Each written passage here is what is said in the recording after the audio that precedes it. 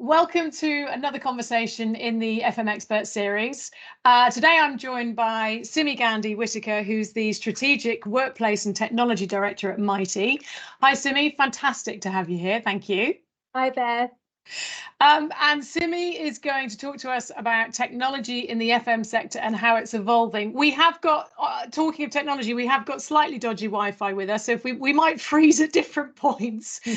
But Simi, can you start by just giving us a very brief overview of what a kind of day in the life is for you at the moment? What's your role? So yeah, hi Beth, thanks for having me. So what I do in Mitie is I look at how we can bring technology solutions to our sector to not only improve the efficiency of the buildings, how do we make them smarter, how do we make them more intelligent, obviously all the conversations that we're hearing out there and from a trend perspective, but also how do we enhance that workplace experience, how do we improve the human experience. So for those of us that are in those spaces, what do we do to kind of improve that while we're there using technology as an enabler? Fantastic. It's a pretty timely subject for now. It's everything that we're having to look at, isn't it? So for somebody who is perhaps interested in getting into the sector, in following in your footsteps, what are some of the wisdom that you could share? Oh gosh. I mean, I guess the biggest one I would say is truly be open-minded. Okay. Because I did a German degree. Yeah, okay. German degree. And I fell into, like all of us, in construction, actually. My very first job was a PA on a construction site working for 13 men. Wow. And we, at the time, it's only now that I look back, is we were rolling out the job centres, that they became job centre pluses. So it's a £2.2 billion rollout programme. And at the time, I was a first point of contact for the head of DWP Estates. So that was my engagement on clients. Yeah. And what do I do today?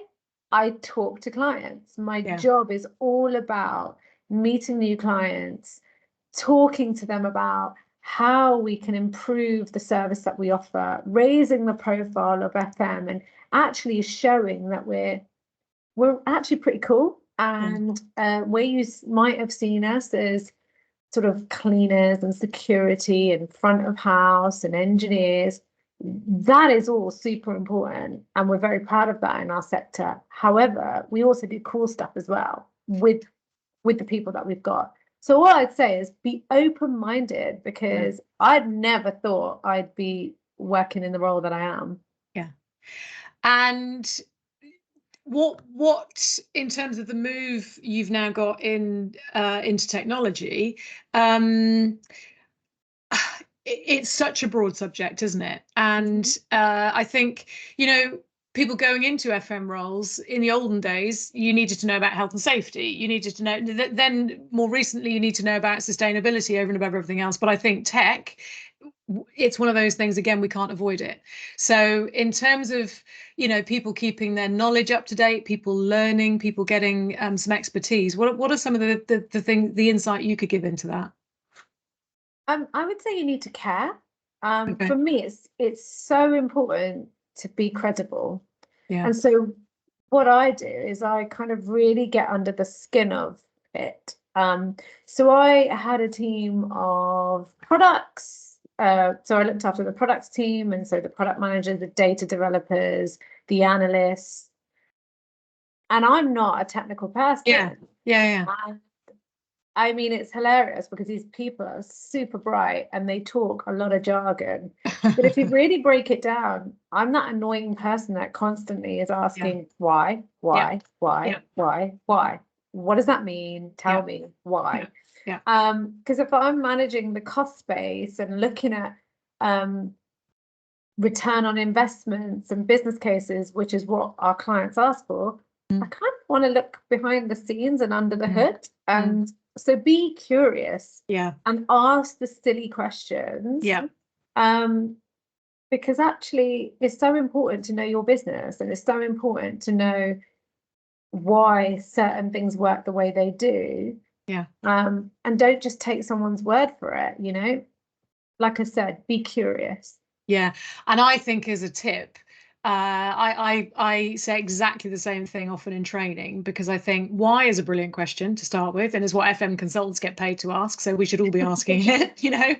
But I think the being curious, and I think the other thing is simplify, because Yeah. you know, with your The work, speaking language. exactly, and it's about understanding something complex and being able to break it down to be able to. I always say, could you explain it to a 10-year-old? Because if you can't, you don't know it enough. 100%. I'm so with you on that. Absolutely. Yeah. Yeah. And I am that person. I kind of almost, do you know what?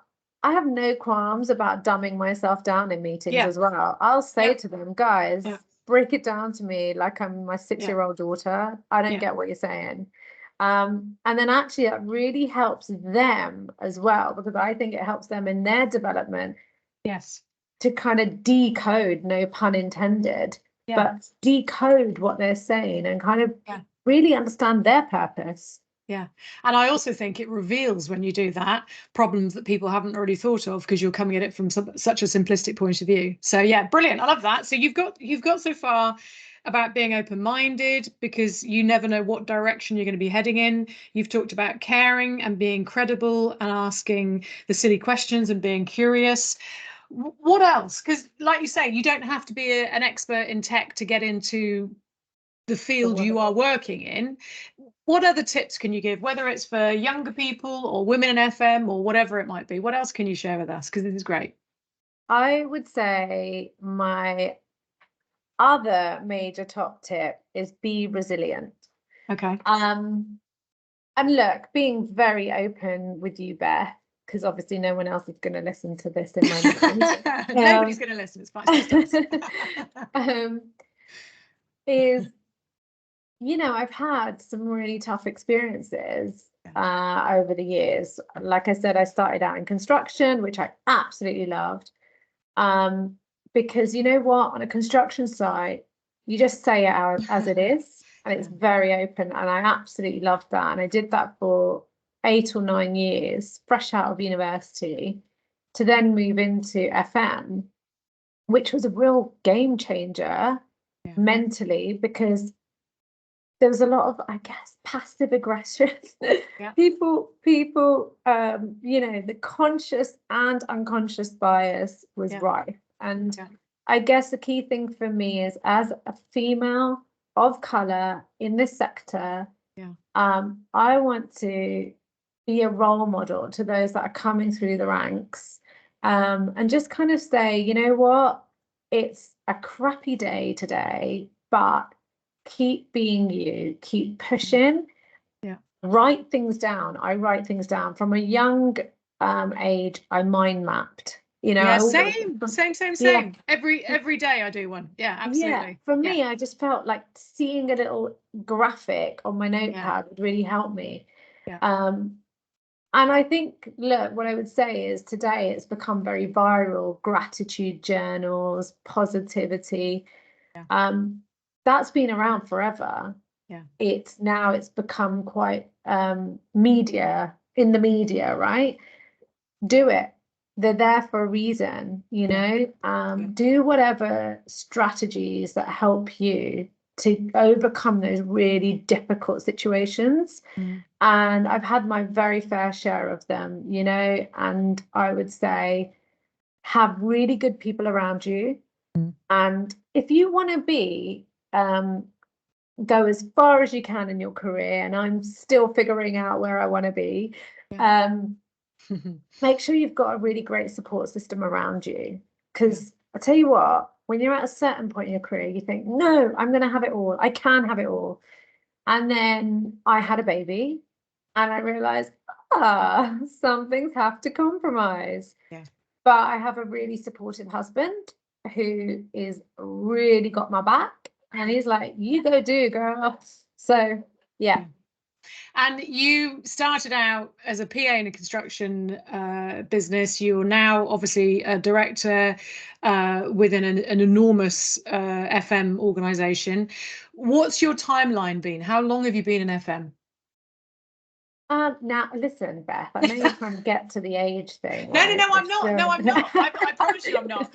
I promise you I'm not. But it's a massive journey you've been on, isn't it? Do you know what? For me, I was very focused, right? For me, my 20s were all about sponging. And I used to manage a lot of young sort of graduates, undergraduates, day release students. So I was the same age as them, but I was like their mum. But my point, I always just say, and I don't know, this is all just maybe inherent, but I used to just sponge, learn, develop, absorb, you know, talk to people, go and network with your internal MDs, your senior management, show them you've got something about you. And then I was really focused on, I want that title. I want that title. And I had some very difficult experiences. And I said, do you know what? I will give a company 150%, but I will never let them treat me like that again. And so I became a little bit stronger. And then I was like, I want to be a director. So I was a director by 31. Wow. So I was like, that's it. That's what I'm focused on. And then after that, you become really comfortable for a period of time. You think, you know what? I actually know my staff.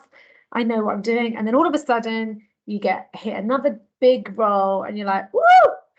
Imposter syndrome, don't know what I'm talking about, do I know?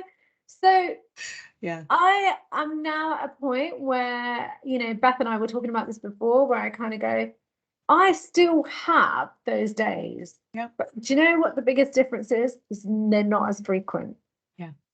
And now I'm a bit more, do you know, I do know staff. I'm gonna just say it as it is. I'm respectful and polite, depending on the audience.